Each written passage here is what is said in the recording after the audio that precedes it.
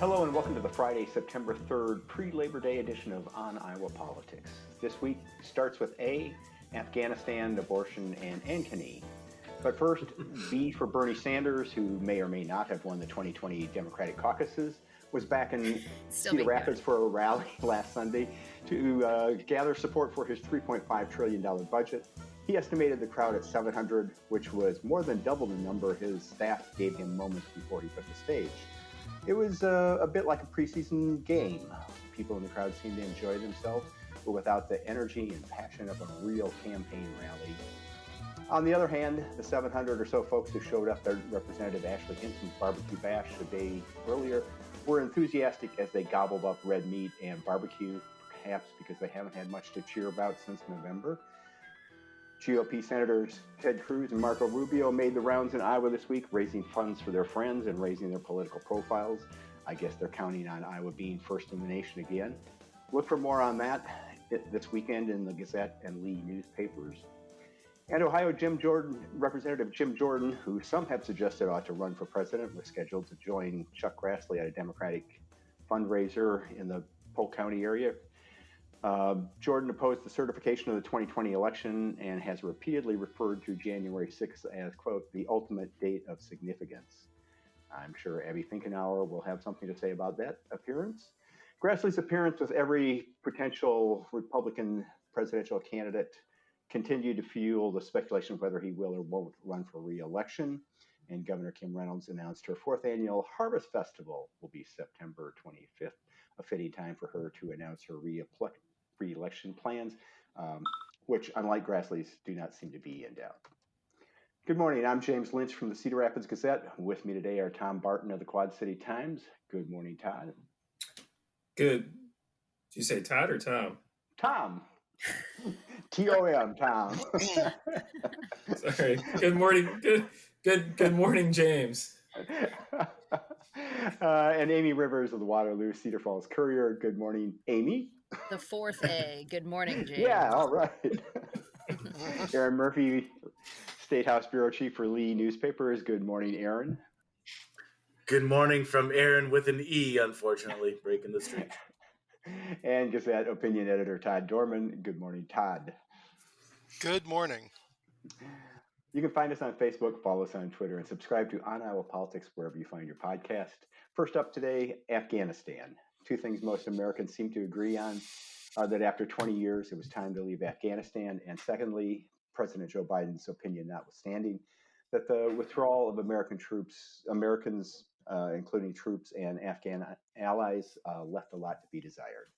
Republicans have seized on the chaos and death of American Marines, saying it showed the Biden administration was inept and that countries around the world would now question America's credibility and reliability as an ally. At a Republican gathering over the weekend, I heard calls of traitor and impeach him whenever the topic came up, which it did frequently. Senate Minority Leader Mitch McConnell stated the obvious: the president is not going to be removed from office with a Democratic House. There isn't going to be an impeachment. Second District Representative Marionette Miller Meeks, a 24-year Army veteran, called the withdrawal a travesty, and she also called for President Biden to resign. Tom, that seems as unlikely as an impeachment, but what's her case for resignation? Yeah, so she argues that the administration's withdrawal from Afghanistan has been a failure that has ended in needless deaths and injuries, destabilized the region, abandoned Afghan allies, and as you mentioned, eroded America's credibility and reliability as an ally on the global stage, and emboldened a oppressive Taliban regime that she argues, had been pushed to the periphery and rural areas of the country, that has now taken over control of the country, and also has a new war chest of U.S. provided firearms, armored vehicles, aircraft, and military drones that have been left behind by fleeing Afghan forces. As such, she argues that has demonstrated that Biden is unfit to continue to serve as commander-in-chief. So far, we haven't heard other Iowa Republicans, Senators Grassley and Ernst, or Representatives Ashley Hinson or Randy Feenstra join her, although there have been some other Republicans around the country who have joined Miller Meeks in calling for the president to resign. Amie, you asked Representative Hinson this morning about that. She didn't endorse the idea. No, I mean, she didn't not endorse it. I think she's thinking right now she just wants to have, I think, a lot of different conversations about, okay, who's still left in there as far as American citizens? What is still left there as far as, the equipment that was left behind? Do we even have a good accounting of that? How much is that worth? Can we get that back? Is this going to embolden the Taliban and by extension ISIS or other terrorist organizations, especially coming onto the eve of September 11th, which she says are all questions that are being asked by Democrats as well as Republicans. So she thinks this has really broad support. So that's really what she's pushing right now, rather than asking for the president to resign.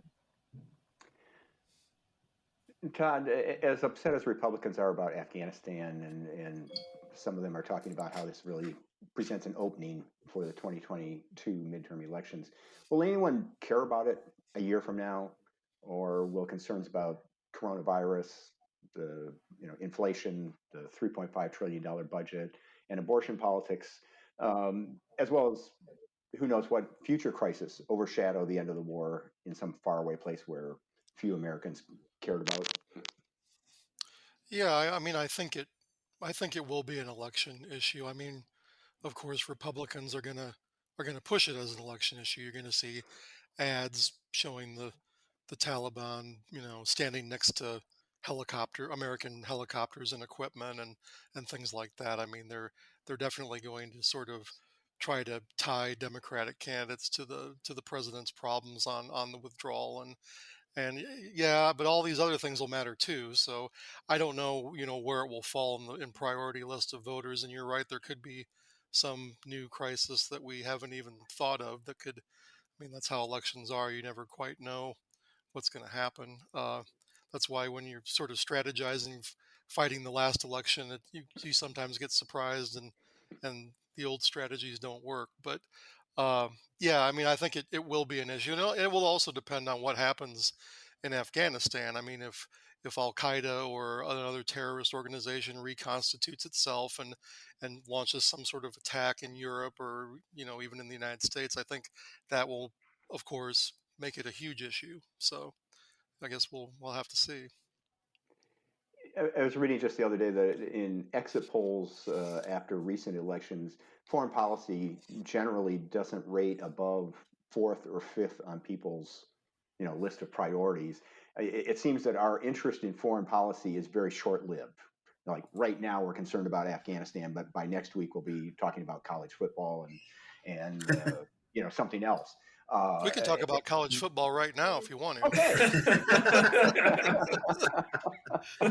I mean, but that's what the Biden folks are hoping is that Yes. that the anger over the chaotic withdrawal will fade and that it'll be replaced by the support for ending the war. But I mean, Right. that's why they're so forcefully still defending the decision and not admitting mistakes. And that poll is interesting to me, James. And I was just talking about this with some colleagues because I sometimes self-reflect on the caucuses and when the candidates come through here and the questions we try to ask them to try and help readers determine who would make a good president. And sometimes I think we get caught up in stuff that really are questions more for Congress because it's so, it's things that would have to go through legislation anyway. So if you think about the one arena where a president really does have a ton of authority, it's foreign policy. And then so to hear that poll that when thinking about a president, foreign policy is like fourth or fifth, I worry that we don't, and I include myself on that list, that we don't always have our kind of focus maybe where it should be when we're thinking about our chief executive. Right. Well, and to Todd's point, some of the Biden, not the administration, but Biden supporters who were pointing out, just like a couple days after, basically everything went whatever in Afghanistan, that the headlines in almost every major newspaper were about coronavirus, and maybe Afghanistan was on the front page, but it was low on the page. It wasn't leading the news, so they felt like in some way they were winning on that issue because they weren't leading the news with it. And Amie, this is pretty early in Biden's tenure as president, and it seems like that he'll have plenty of opportunities to screw up, at least enough to make Republicans upset or to get some important things done before he leaves office. Um, how do you think this will be remembered in history? Is this just a blip, or will this be a defining moment? I think what Todd said was also key. Like if the Taliban, either themselves or emboldening other terrorist organizations, causes another terror attack, um, that's going to be a really easy line for Republicans to draw directly to the manner of withdrawal by Biden. If there is something that happens within the military structure negatively as a result of this, or they're having recruitment problems in the military as a result of this, things like that, that could be tied directly to Biden. So it sort of depends on, I guess, the next several months to a couple years, just to see how it all shakes out. If this is all that comes of it, and not that losing 13 service members is nothing, but if basically nothing else huge comes out of it, then yeah, I can see that we're more excited about other issues down the line that come through in his presidency. The issue that we're excited about this week is the Supreme Court ruling on abortion, letting stand the Texas law that is almost a complete ban on abortion. And there have been some questions and some polling to indicate the Democrats were not as enthusiastic as Republicans as we head into the 2022 midterm elections. The long anticipated but chaotic withdrawal from Afghanistan buoyed those on the right that saw that as another Biden decision Democrats would have to defend at their own peril. But this week seems to have changed that with the Supreme Court decision. The law also puts the responsibility for enforcement not on the Texas Rangers, but on citizens who can bring suit against anyone providing an abortion or in any way facilitating abortion. The responses from the fundraising organizations on all sides has been predictable as a showdown on the issue of abortion in the wake of changes we've seen on the court and the aggressive approaches taken by anti-abortion forces in Texas and elsewhere, including Iowa. So Todd, is this the 2022 game changer or just a continuation of a 5-decade-old culture war? Well, I think it certainly gives a harder edge, a harder, ideological edge to the legislative and gubernatorial race, because if you're looking at the Supreme Court and assuming that what they did in the Texas case is a harbinger of, overturning Roe versus Wade, then the only protection that your right to an abortion will have is the legislatures and governors that are willing to, to put that protection into law, or at least not pass laws that take it away. So yeah, Democrats are going to have. That's a pretty solid electoral argument if you're going after. We hear a lot about the suburban women voters and people that came around and voted for Democrats in 2018. This is certainly going to be a focus, and in this case, it's no longer just, it seems like it's not going to be just a hypothetical. You've got this case, you've got the Supreme Court weighing in, basically allowing this law to stand. I know they said that they weren't, this wasn't a judgment on its constitutionality, but the fact remains that the law is in place.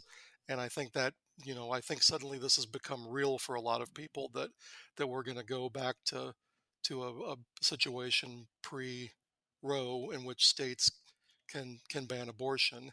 And, a lot of people maybe don't remember what that was like. I don't. I was very young. So, but we hear the stories of, what abortions don't stop happening. They just are driven, underground, and then you've got safety and all sorts of other concerns. And the thought of going back to that is going to be pretty difficult for a lot of voters to swallow. It's going to motivate conservative voters too, because they see their big objective is almost in hand. So, but I do think it's net positive probably for Democratic candidates because it gives them a very, serious issue to argue for voting for Democrats. Erin, Iowa is no stranger to the battle over abortion rights, and at the moment, the Republican trifecta at the Capitol gives the anti-abortion forces the upper hand. And every legislative session, there's sort of a what next question, and it seems we've seen every conceivable attempt to limit abortion in Iowa, personhood legislation, the heartbeat bill, and more.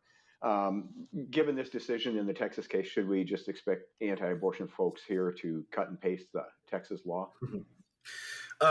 We could see something like that, but what we saw this week, and maybe is more the direction that they're heading in Iowa, is a group of, and I believe the number was 60. Forgive me if I'm wrong with that off the top of my head.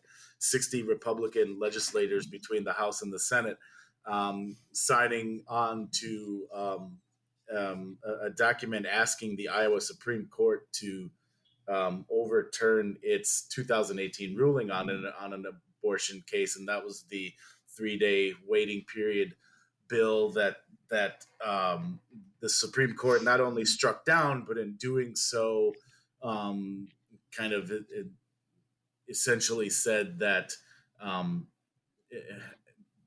having access to an abortion is essentially a guaranteed right under the Iowa Constitution.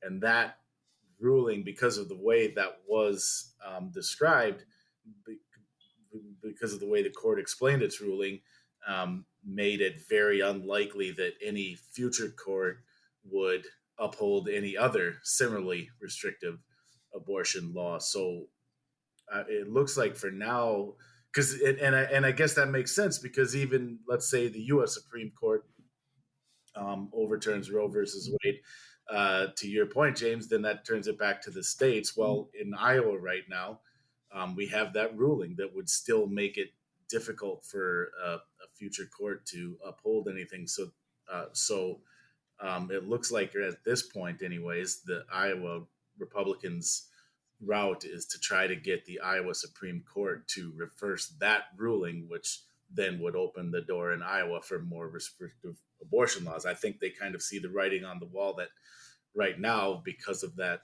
ruling, because of that precedent, any bill, whether it's a copy of the Texas bill or something else, they're going to have a hard time getting to hold up in court.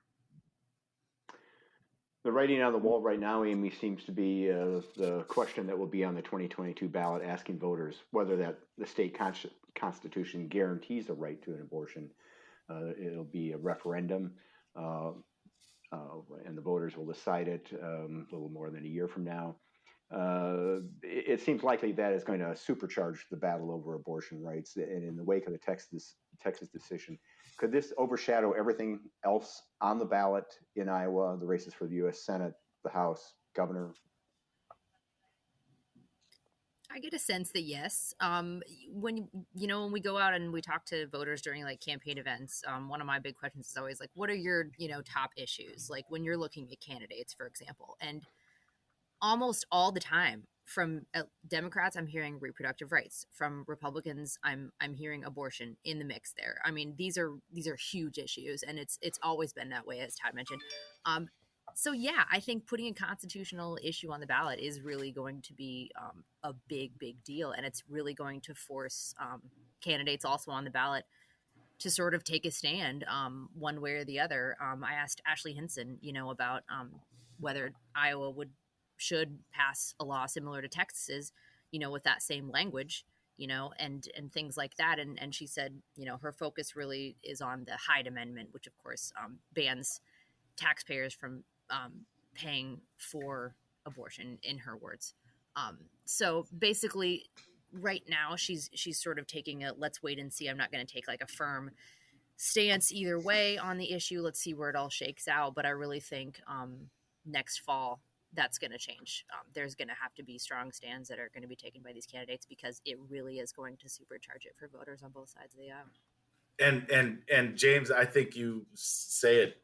Yeah, I think your question is framed perfectly. It's almost like it's going to be another race on the Yeah. And it's going to be just as big as the other elections at the top of the ticket. It's because of how much it drives, to Amy's point, how much it drives interest and motivation in voters. And to get almost everyone in the loop here, to Todd's point earlier, I think this it'll be interesting to see how it plays out. But, we always hear about the people, obviously, who are the most passionate on both sides of abortion. And we often forget that there's this whole mass of people who just go about their everyday lives and don't get involved in politics and don't scream on Twitter every time something like this comes up. But they also have a strong feeling on this issue. They just don't go around talking about it on Twitter and in newspaper articles. And they'll be voting too. And this issue will be on their minds too. And when you see public polling, generally it tends to trend towards people are more likely to support the right to at least have an abortion, however they feel, personally on the topic. Polling pretty consistently shows that Iowans and Americans favor the option to have an abortion. So it will be interesting to see if that holds true, or, like I said, this will be just like any other election race. There will be a campaign over this specifically. We'll have ads and all that stuff. It'll be interesting to see if that, campaign moves the needle one way or the other. Well, and the Supreme Court decision, or not non-decision, or whatever you want to call it, I mean, it really raises the stakes, and it's going to be a lot more difficult for the Republicans who support this amendment to continue sort of portraying it as this kind of benign thing to level the playing field. They're not trying to, I mean, there have been arguments with, this isn't about banning abortion. We just want to make sure that this is in the Constitution. And so they're going to have a hard time arguing that now, because everybody knows what's at stake, and that's legal abortion. And so they're gonna have to campaign for it as that, and not kind of try to, make it sound like it's not that bad. I want to go back to something Erin said. You said there are people who aren't like laser focused on politics all of the time. Who are these people? Can you even imagine? It's ridiculous. Lucky sons of, what? Yeah. College football.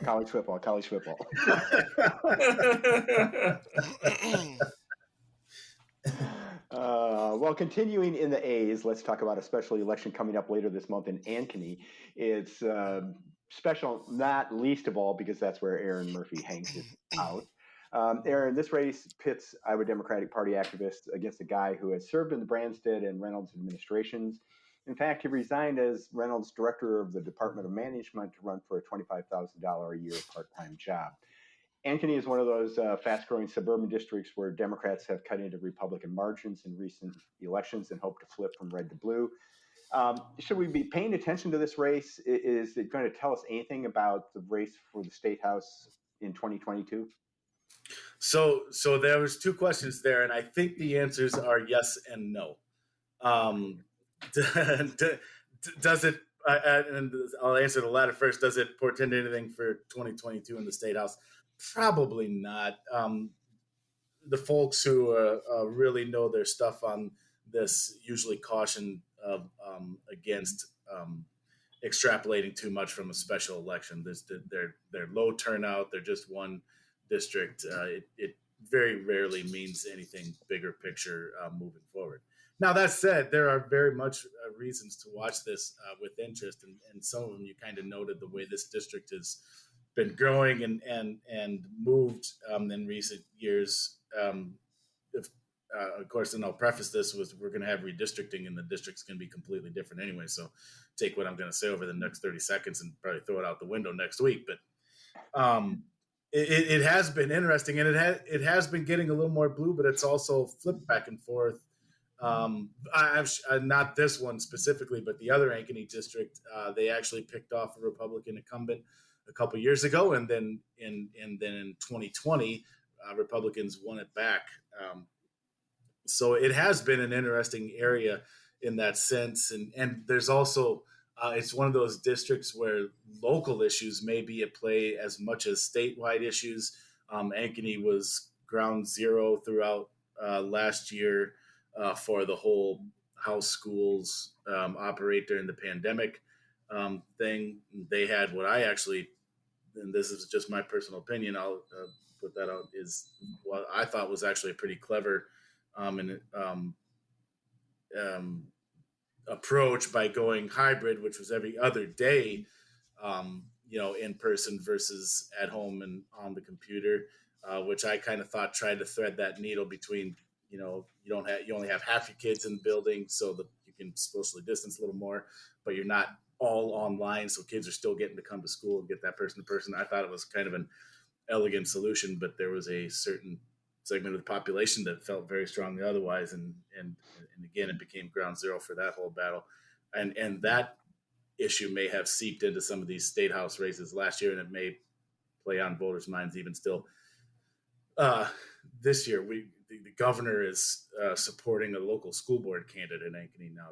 That's where we are here in this suburb. So it's interesting for some of those reasons, and then the campaign's interesting. You mentioned Michael Busolo, and he's a government bureaucrat running against the idea of government bureaucrats. If you've seen his ad, which is an interesting take. And then I thought one of the Democratic ads, and I got to confess now off the top of my head, I'm not sure if it's a Phillips campaign ad herself. Andrea Phillips is the Democratic candidate. I can't remember if it's her campaign ad or maybe a group that's supporting her. My hunch is it's more likely the second. I apologize for not knowing that off the top of my head. But there is an ad that is essentially running against Kim Reynolds, not against Michael Busolo. So Democrats kind of learning from the Republican playbook of, no Democratic member of the House runs against, they're not the candidate. Nancy Pelosi is in all those in Republican ad campaigns. And so Democrats kind of trying that here in this state district. And I think that's an interesting track, and it'd be interesting to see if that's effective here. So a lot of really interesting reasons to watch this little one seat out of 100 race here. But no, I don't think it's something that we'll be able to say, well, this happened, so watch for this in 2022. Unless you win. And then it foreshadows what's going to happen in 2022. Right, absolutely. That is what we'll hear in the press release. Clearly, Iowans are ready for fill in the blank. Exactly. All right, well, that's it for this edition of On Iowa Politics. If you enjoy the podcast, tell a friend and subscribe to us wherever you find your podcast. Send fan mail to podcasts@thegazette.com.